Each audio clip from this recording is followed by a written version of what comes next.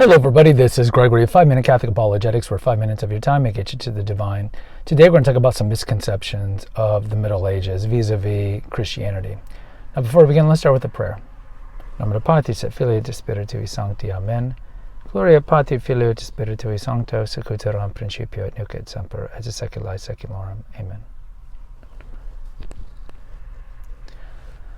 I like to do history episodes. My degrees are in history. It was my childhood passion. I love history and geography. So every time I have an excuse to do something that's somewhat related to history, I like to do it. So we're not going to cover the Crusades too much here because that's one of the more viewed episodes, is how Catholics should respond to the Crusades and to the Inquisition. And in fact, the Inquisition, the Roman Inquisition, started during this period of time. The Spanish Inquisition is the more famous one, and that started in the Renaissance period. But either way, I think the majority of people have this idea that the Middle Ages was the Dark Ages, was a time of obscurantism, repression, and no learning, nothing going on for a good 1,000 years. And this is far from the truth.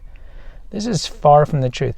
Now, people will think this because, let's be real, compared to Europeans, Americans are horrible at geography and horrible at history. And you can blame the public school education, especially now where they're teaching more about woke theory, critical race theory stuff than they are actual facts. When I went to school, it was like you had to memorize the longest rivers and the capitals and the countries and the locations and important historical facts. And now it's all cultural stuff.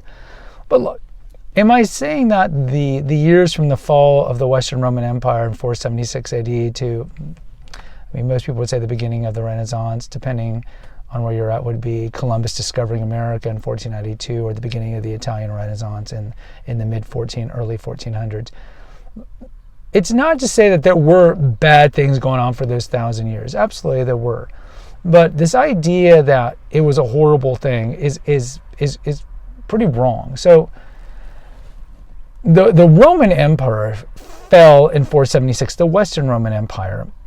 And certainly for about 300 years, there was a time of tumult. There was a time of the breakdown of society and government administration. You did see some high points, I suppose you could say, from about 500 to late 700s, with the establishment of the Visigothic kingdom in Spain and the establishment of the Merovingian kingdom in France. But as a whole, it was a time of strife. In the eastern part of the Roman Empire, it was flourishing. And this is something that we don't hear about, but for the good 500 years to about 1000 AD, the Eastern Roman Empire, which we later rebranded the Byzantine Empire, did exceedingly well. And up to the time of the Great Schism, this was all Catholic. Remember, all of Christianity, the Christian world, was Catholic. It was Christendom. Now, certainly there was political turmoil and fighting, especially between Constantinople and Rome, especially as we get further on into that time period. But everybody there had allegiance to the Bishop of Rome. The ecumenical councils, we have a playlist here on the first 5 or 6 ecumenical councils, were either supported by Rome, or Rome sent envoys, or Rome initiated them, largely too also pushed by the Byzantine emperors, because a lot of those early ecumenical councils were to resolve Christology, and the emperors felt at the time that it was smart for the cohesion of the empire to have kind of a consensus on Christology. So we've talked about that over there.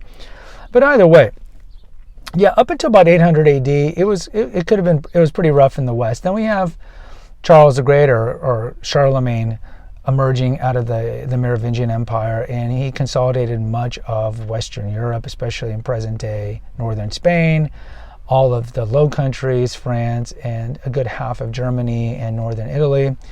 And that brought a lot of unity to Western Europe. And then after that, there were some darkness for about 100 years. But really, from about 1000 AD to 1300 AD, this medieval period was a time of great flourishing on every level.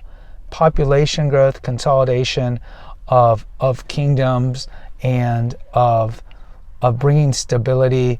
You see in the world of theology and of science, it was a time of great growth. This is the time of scholasticism. This is the time of Albert the Great. This is the time, of course, of Thomas Aquinas. This is the time of St. Bridget and St. Bonaventure and some of the greatest saints, Peter Abelard. And a great time of growth in literature. You look at, this is Canterbury Tales, this is Dante's Inferno. This is just a great time of learning and growth. And more often than not, we see this time still as being in the Dark Ages. And no, there was a great infusion of learning. Much of this came from the Muslims, either our interaction with the Muslims in the Crusade or interaction with the Muslims in Spain, where Christians in Spain and Moors and Jews were kind of living in somewhat relative harmony, aside from some of the Jewish pogroms. And so there was interaction, because the Muslims had preserved a lot of the ancient literature. And so and this is where we get the term Renaissance, the rebirth, is because of our interaction with Islam, and also with the stability coming forward in this later period, that the 1400s and certainly the 1500s were a time where we could rediscover the ancient classics and incorporate them, either whether it be in writings, discovering Aristotle and Plato, which the Catholic theologians did, namely Augustine and later Aquinas are the two big ones. Whether it be there or whether it be in art or whatever it is, in political thought and all these things, were brought to the apex in the Renaissance. But the Dark Ages were not that dark. And remember too that during the darkness of the dark time that we did see, especially in Western Europe and later in Byzantium when they were fighting the Seljuk Turks, which that's where Emperor Alexis Comenius asked the Pope Urban to send Western knights to help out. As a whole, was a good time. And the Catholic Church, through its most darkest periods, was the light of learning. It was the monasteries, with all the Cluniac reforms and reforms later on, was the beacon of light that kept the dark part of the Dark Ages illuminated. You think of the scribes, the ones who were writing the Bibles by hand and illuminating the manuscripts.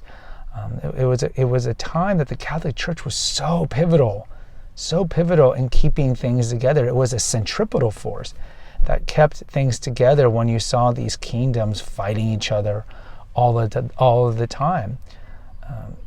I think we forget this, and certainly Protestants have this idea, and a lot of this is pushed by the Black Legend. And the Black Legend you really see reach its apex with the Spanish Empire in the 1500s, that you saw a lot of the English historians of the 16th and 17th century pushing these lies about the Catholic Church, because their mortal enemy at the time were the Habsburgs in Spain and the Habsburgs in Austria as well. And so when Spain was dominant and great, and Spain tried to invade England and culminated, of course, in the Great Armada, fail in 1588. And we have an episode on like what was the backdrop? Why was Philip II of Spain trying to invade England? Part of it was to bring England back into the fold of Catholicism. But a lot of the authors of that time perpetuated this Black Legend about the evils of Catholicism, the popery, made up lies about the teachings of the church, and certainly any of the exploits that Catholicism had done to keep Europe intact. And a great book, and it's been some time since I've read this, was Thomas Wood's How the Catholic Church Built Western Civilization, and it certainly is true, and I would recommend you read that book. But even after the Renaissance, the majority of Europe was Catholic. We did have some of the Protestant, of course, pockets, especially in Scandinavia and northern Germany and so forth. But Catholicism continued, and certainly after the the French Revolution of the late 1700s, then you saw in the 1800s really the kind of anti-clerical or anti-religious forces really coming to terms. You saw this in France, especially really culminating in the French Commune of 1871. You saw it in the Kulturkampf in Germany, which was just openly anti-Catholic legislation being passed. Certainly we have an episode here in England for 250 years, didn't allow Catholics to hold public office, and of course during Elizabeth was actively persecuting and killing Catholics, most famously someone like Edmund Campion, St. Edmund Campion, St. John Fisher, St. Thomas More, in Henry VIII's time. And then really you see in the 1900s just the embrace of modernism to the point where St. Pius X has the priest make an oath on that. And it's just very sad. We did an episode here, I did an episode when I was in Europe about how Europe is mission territory now, and how it's not even mission territory because it's been overrun by Protestants. It's just an atheistic, materialistic world. Yes, there's pockets of Christianity that are somewhat vibrant, just very small pockets, but European Christianity is moribund. And you look at the European Union and how it's very open in its anti-Christianity, to the point where in its platform it says that Christianity played no role in Western civilization, which is just laughable beyond laughable. That's something that even Protestants could agree, that know anything about history, to say that Christianity played no role in shaping Europe is just, I mean, the bigotry against Christianity now in the European Union, and certainly in the United Nations, which we also know is anti-Christian, is just mind-boggling and discombobulating. But I know this episode kind of went unwieldy, but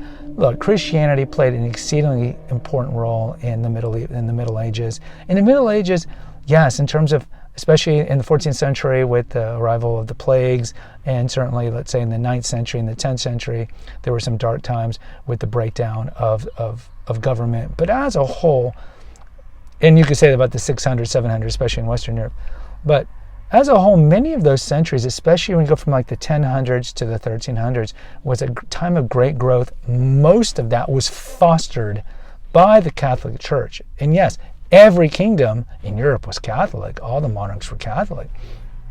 But it was fostered by the Catholic Church, and I think this is largely forgotten. Guys, post in comments. I'd love to hear from you. Until next time, take care. God bless and pray.